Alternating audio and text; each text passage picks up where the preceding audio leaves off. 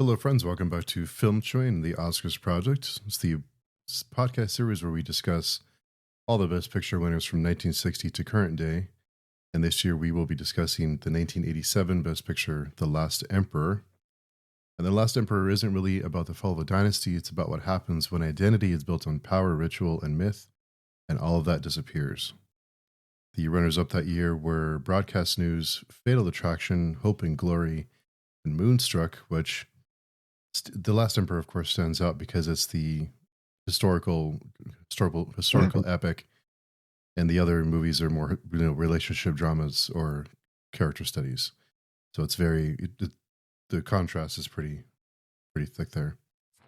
So I like to start off each week with a question to start things off, and this week I wondered if redemption is possible without freedom.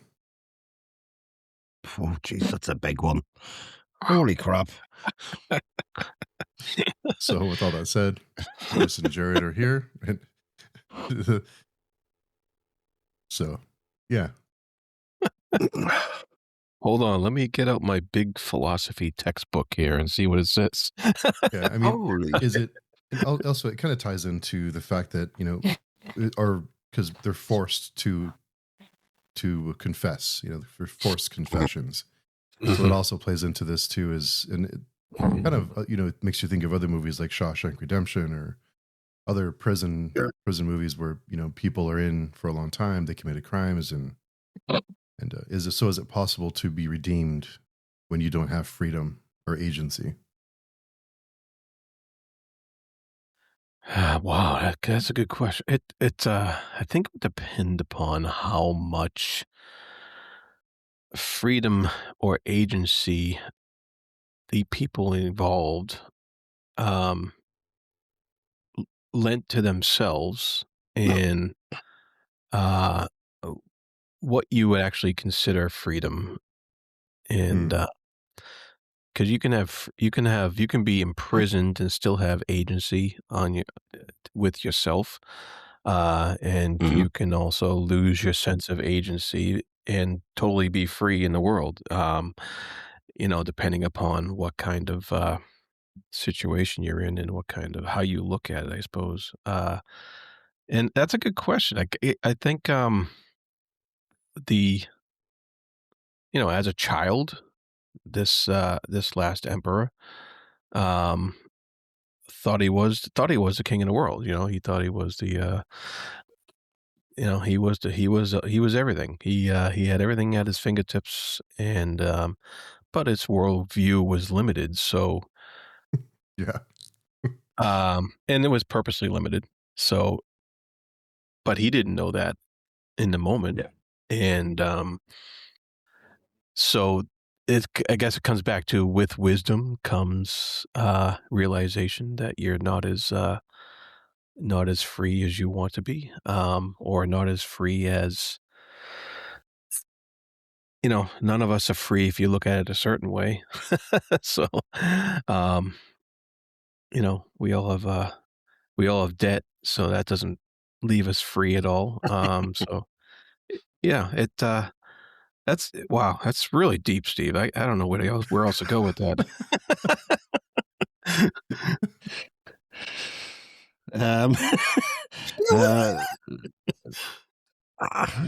Redemption can be brought about by time, I think.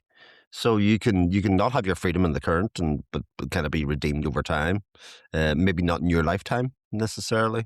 It's one of the things that I often consider about, like, world leaders who do questionable things. It's almost as if they don't care about their legacy, and they get the opposite of redemption. They get redemption in the time with their freedom, but then over time it kind of castigated for that otherwise. Our poor character Puyi goes through a full cycle, doesn't he? He goes from the put upon to the anointed to what he considers to be free in some ways, where he's trying to go about reform, to the prisoner, to then the gardener, so to speak, figuratively and reality. So I think Puyi's an interesting character because he his ideals and what he wants out of life changes at pretty much every juncture of his life. So his kind of outlook kind of is very fluid, if you know what I mean, because of the things that have happened to him. So yeah. I think it also depends on what redemption means. Is it redemption from yourself? Do you forgive yourself? Do Sure. you or is it everyone else that they redeem you? And I think it's Yeah. when you lose your freedom, I think you're forced to, like in a prison kind of environment, you're forced to look internally and examine yourself and reflect. And I think so. I think it is possible. I think a lot of people who are incarcerated for horrible things, I think they change, and whether that's forced, they would have done it otherwise without their freedom removed. I don't know about that, but Mm. I think it's an interesting.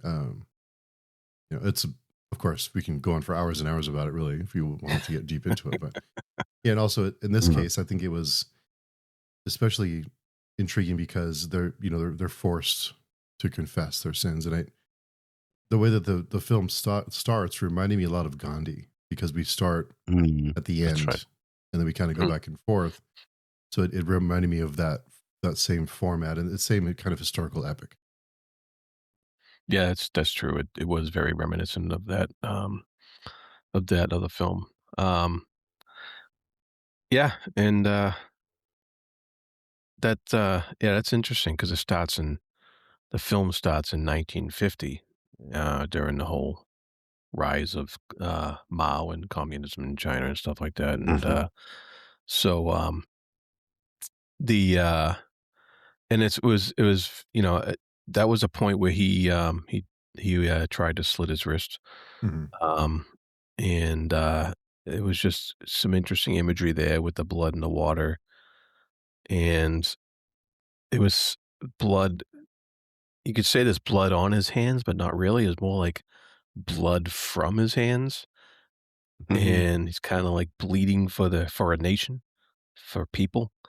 Um, and it was it was just I thought it was just some neat imagery there with that. But then then we're switching back to the childhood, and you get you get this sense that you get a completely different person. That child is a completely different person, and that's what sets up wondering how you went from point A to point B. Hmm. Uh, throughout the rest of the film. Yeah. The childhood. So when we start off with him as a toddler becoming the emperor, and the whole thing feels ridiculous because he's named, emperor, and Mhm. everyone, they have to bow to him and put up with his stuff, his bullshit. But I think I understand what they were doing with that section of the childhood where we get a look inside of him. He's a prisoner in the palace. He can't leave the palace. So he's the emperor, but he's also a prisoner. Yeah. He's catered to hand and foot. He does whatever he wants. So I understand why we stayed so long in that time period of him as a child, but I don't know. Some of that it drug a bit. Really. Oh yeah. I think some of it was, okay, we get it. Like, let's, you know, but I see what they were trying to do, but also it felt a little bit overlong. Yeah. The interesting, and this actually goes for all of the sections actually, but it especially starts with the first one. When you spend that long with the character, that you would think you would get some investment in that character, but you don't really develop a like for the character or a desire for him to do well. I think that comes actually a bit later when he's sort of oppressed at that stage and you sort of pity him. But it's not like that time invest gets you to know the characters very well or kind of develop a deep fondness to it. And I think overall, like that's my takeaway from the film is that it is sort of cold. It's wondrous in some ways, how it's shot and put together, but there's not. It doesn't allow you in and let you have an emotional connection to it the way that you would think that the events would. And like you say, Yeah. if you're going to spend that amount of time in that world, it's almost just presenting a series of like vignettes of how ridiculous that life was, and kind of go, so you have that contrast going forward.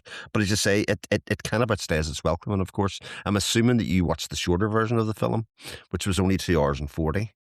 That's a There shorter. is Oh, that's right. That's not the that's the non-director's cut. that's the theatrical version. So there's a 3 hours 40, I think, is the other one. I have it Oh, next my. door. I planned to watch it, but I just couldn't bring myself to do it. I don't blame you. That's way too long. Yeah. Yeah, no, you're right. If this film kind of felt to me like a documentary almost, Yeah. rather than a dramatic film. Because, like you said, it was presented in these vignettes, and it was presented in such a matter of fact manner that it's like, here's the history, here's the players in the history, and here's the tutor coming in, here's what he did, and and and then it cuts to the next stage of his life where he becomes a playboy, and then it cuts to the next stage of his life where he's a prisoner, and it's just, or he's colluding with the Japanese, and then and so on, and it just had these checkbox moments, next, Yeah. and then the end, and like you said, it was hard to get invested because the drama was in the context of what happened in history rather That's right. than you being drawn into the character for the drama, Yeah. Yeah. I think part of that is because he had no identity, so it's hard to become invested in the character because he was just a hollow. Or I mean, he didn't have an identity. He just was the emperor. There's really not much to him. It wasn't until the tutor came in, right around there, when I started to feel like, okay, this is an actual person, not a Yeah. this. He started to have some personality traits and started to feel like what his thoughts on things were. He started to think for himself a little bit and ask questions and wonder. But before that, it was the first hour or so of the film was just kind of him running around, you know, doing things. So yeah, that was a little tough. But I did appreciate, actually, after watching this one, I did appreciate Gandhi more because of the way that it kept things moving. And Gandhi's long too, and it is a different type of story. But I think the way that they kept things moving and kept things developing, I think that story was told in a more compelling way. Yeah. Yeah. I agree with that. Yeah. Yeah. And Gandhi was illustrated to be a very compassionate person. Again, you don't really get to know the traits of Puyi. Like, I think for me, like, you're right, the Peter O'Toole section is like the emotional core of it. But I think you develop a relationship with Peter O'Toole rather than Puyi. In some ways, Sure. like when Peter O'Toole's not there, the film lacks because that emotional resonance and that kind of guiding hand that the film could have done with is gone. Yeah. And sort of to Jared's other point, like it does feel like a documentary because it sort of is. Like the access that the Chinese government gave them to this kind of forbidden palace, so this kind of this place in the grounds makes the film. Like that's literally, I think, why the film works if it's going to work at all. And without that access, I'm not sure that it would have the same impact or the same push and pull, because we know that that's an abandoned palace now, and we are given a slight context of that at the very end of the film, that it is kind of tourist place, and you kind of look back and that bit's powerful, but yeah, it is very documentary like. Yeah. Yeah. I liked you mentioned Peter O'Toole's entrance, and when he came on the scene, I was just like, oh, there was a little spark there, because he has such a demanding presence when he's on camera, and he has such a like his eyes say a lot without saying anything. When you see them on film, and I was just like, okay, great, but then he didn't have a huge role, and but I was hoping at that point that he would be the focus through which we see all this stuff, and so that we would get characterization through him. But it didn't go that way. He just had his role as a tutor, and it was still it was still the emperor who was the focus that was hard to Yeah. relate to. Um, and so I thought that was kind of a lost opportunity a little bit with the Tool's character. Um, in the and it was the same thing with the emperor's his buddy's servant there who stayed with him. Yeah. I kind of was like, oh, if the film would have been told more through his eyes, I think Mm. we would have got a little more character moments and drama that Yeah. might have invested us a bit more. But he was still kept at a distance because it was documenting the emperor's life, you know. Um, so I thought there was some lost opportunity there. Yeah. That's a great point. Yeah. Yeah, the different the different like phases of his life. Jerry mentioned we started with him in the palace, and he becomes a playboy, and then he becomes kind of a more political figure. But uh, the the playboy thing was odd to go from everyone serving you hand and foot. You were catered to for in every moment, and that is examined later. And when he's in the prison, he's still being, or in the camp, he's still being you know catered to because the servants with him.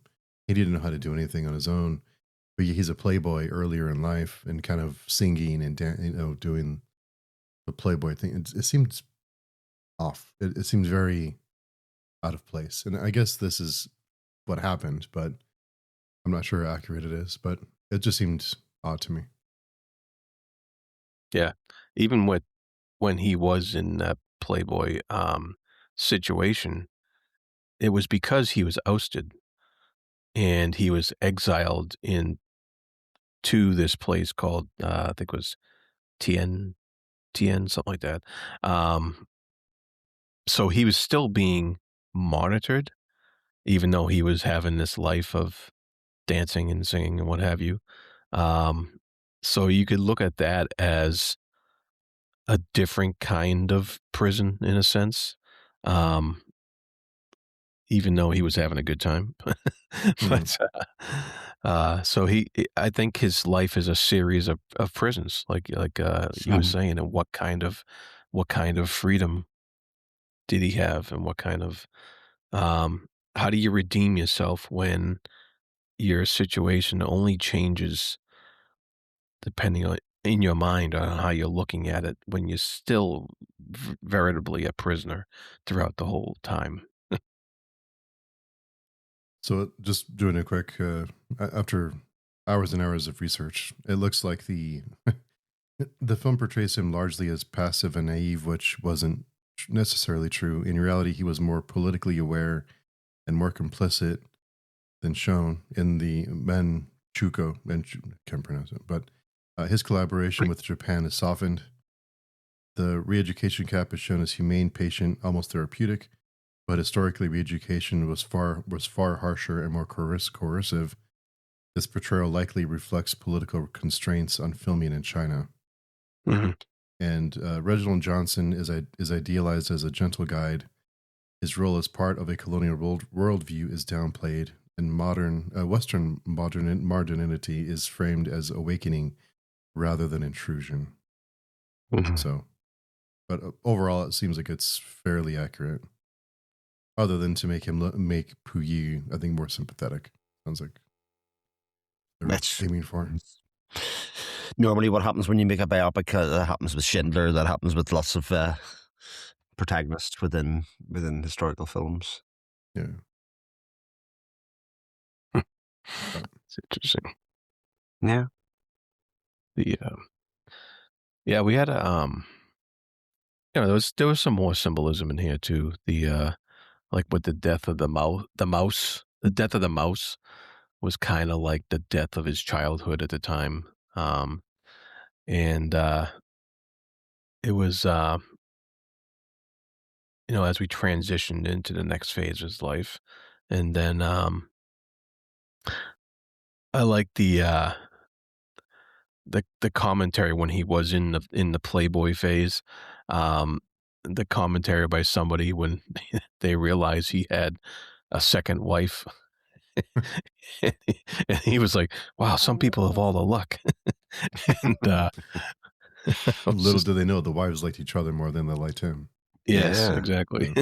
Yeah. um, and yeah, and then he has this loss of identity, which kind of correlates with his loss of status as well. And then the Japanese help him get recoronated in 1934. Of course, it's all a show, and it doesn't actually mean anything. But the I find the Japanese occupation, like you said, Steve, they kind of softened it a little bit or a lot actually, because it was um, there was a lot of atrocities committed during that time, and I think we read about some of those in the Wind Up Earl Chronicles, and that was it was interesting having that on my mind while I was watching this film, and how different the viewpoint was. Oh yeah. Pretty quickly, it seemed like that was being downplayed, the brutality of those camps. I'm sure it was hell on earth, Yeah, and sure it was not as friendly as, not that it's portrayed as being friendly, but it wasn't. I'm sure it was much worse than what was in the movie. yeah, and there was some symbolism there. Um, there was when they were having like some feast or something like that.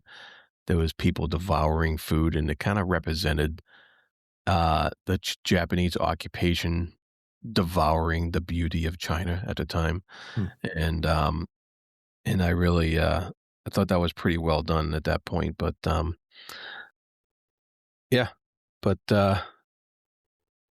lots of those were lots of nice little touches that the filmmaker threw in there to make this enticing, I guess, visually. Yeah. It's a beautiful film. Like, there's no doubt. There's lots of big shots, wide angle shots to show the grandiose nature of the palace and the life in the palace and things.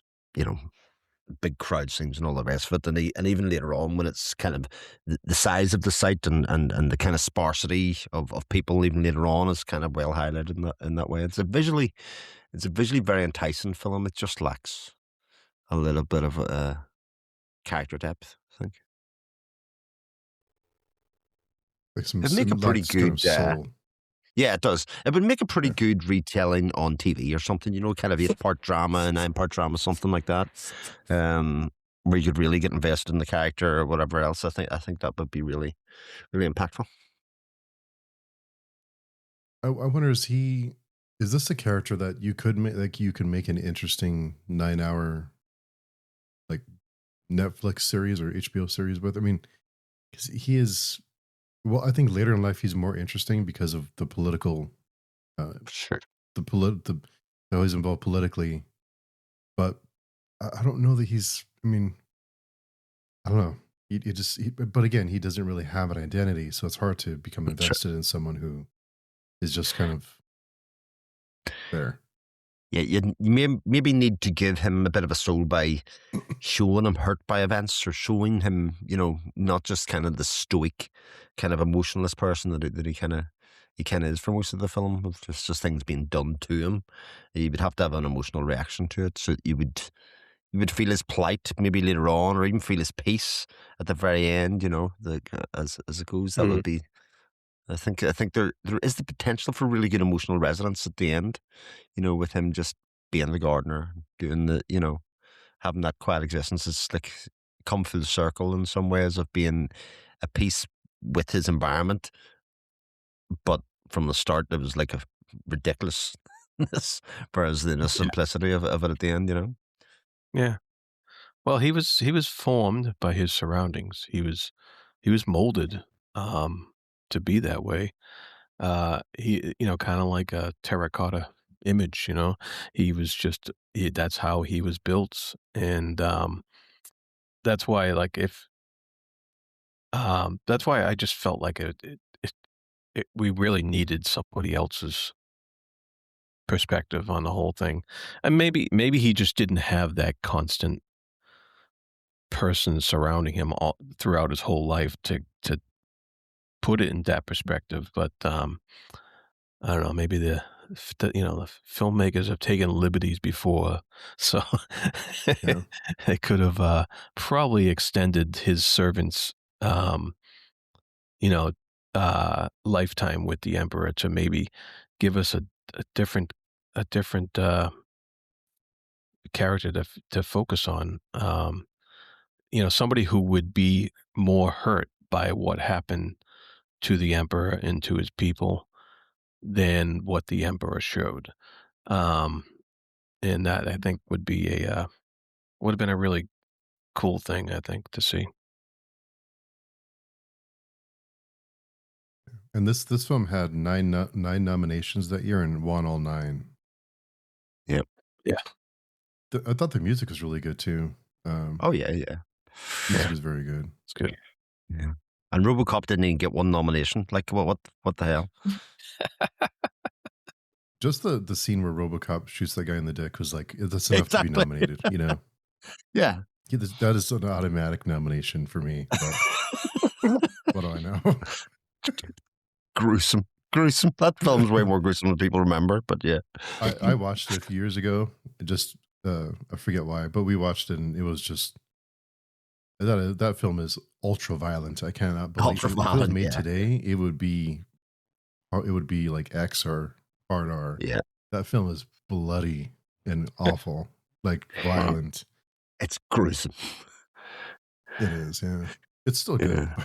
It's violent. Yeah. But Paul Verhoeven. This won all 9, and if you were to compare this to the top films of the year, all of the films that are pretty much nominated this year, they are not representative of 1987 as cinema. And a lot of people saying that 87 is one of the greatest years of American cinema, and yet it's not represented. But Bertolucci is the first proper foreign director to win Best Picture, so You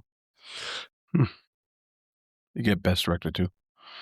He got Best Director, yes, yeah. Milos Forman won it for One Flew Over the Cuckoo's Nest and for Amadeus, but he had since moved to America and had made his place there and being a Czech American naturalized of some sort. But Bertolucci was still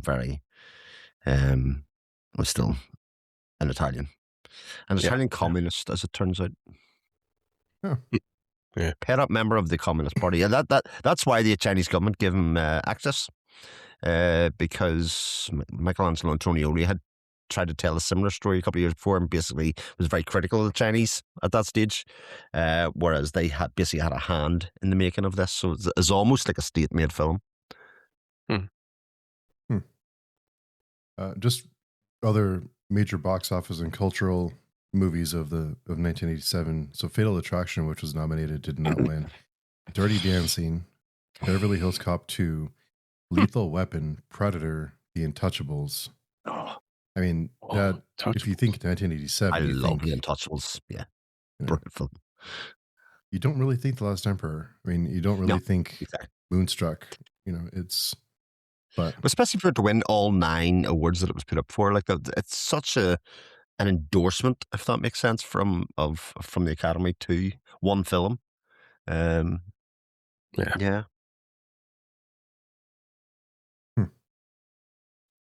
Yeah, it's interesting that this won in a year where it was more action and that's right.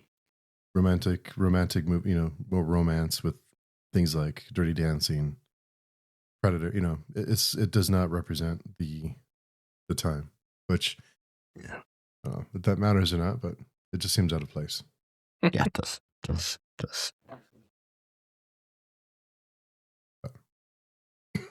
This movie could have been an hour shorter and told the same thing. At least.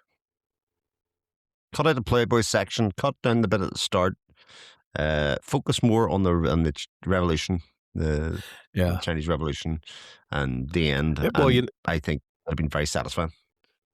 Speaking of the revolution, you get what was interesting was you had the the pomp and circumstance of the emperor at the beginning, and at the end you have Mao being held up in the streets, walking through, and I was just like, how is that any different?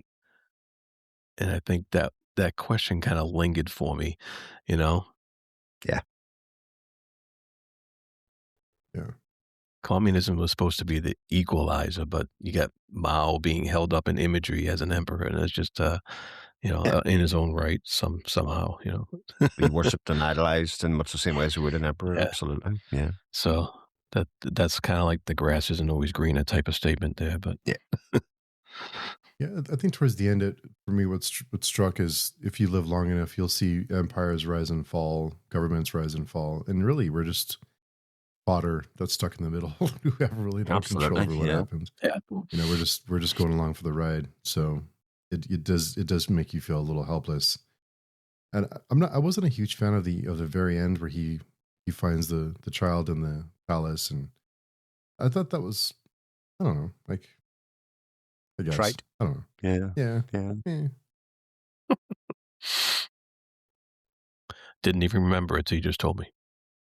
Yeah, I didn't know. Well, it's one of those. He uses to speak to him, doesn't he? And when the kid goes back to look when he's not there, which I think is symbolic in its own way. I think in a certain sort of nice way.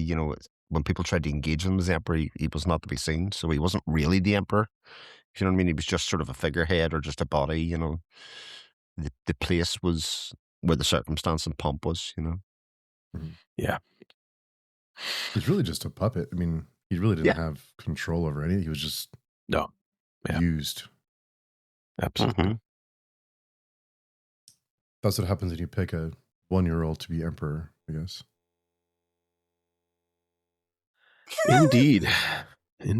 Life lessons. 2 years old. Yeah. I'm sure he was a complete menace in his teenage years, a lot more than they portrayed him to be. Yeah, they kind of glossed over all that stuff. Yeah. Oh, dear. Yeah. Any other thoughts on this one? It was a long film, but it seemed a little. It isn't. You don't walk away with feeling like it was a really deep emotional story. That's what I struggle with this one. The other films that we've watched that were long, like Gandhi, you feel the depth, you feel the character, you feel the historical relevance, the history, you feel it, you feel weighted down by it. I just didn't feel that in this one. That's cold. I agree. It was like, cold is a good word, and cold, hollow, and just lacking in a why we should care type of. I mean, you're not left feeling with a sense of loss at the end like you did with Gandhi's, for instance, where you felt, the world lost a man who tried, very principled, whether you supported him or not. There was a principled, potentially great man that was lost at the end of that film, worthy of making a film about. Patton, okay, whatever. You may have felt similar things for Patton, given the maybe, time. That but Lawrence of Arabia to a certain extent as well. Again, the character itself is not the thing, but they're all thing. Whereas this one, again, there's no sense of loss or sense of place or sense of importance for it. It's just like it's like the last vestiges of an empire that sort of died out, rather than kind of went out with a bang or anything. It was just kind of like naturally occurring, lost at a time that it's had its place and was gone. Even with all that said, I thought the performances were pretty good. I think they were, yeah. So, yeah, pretty good. Yeah. I enjoyed seeing a couple of actors that I recognize from Big Trouble in Little China. Love that film.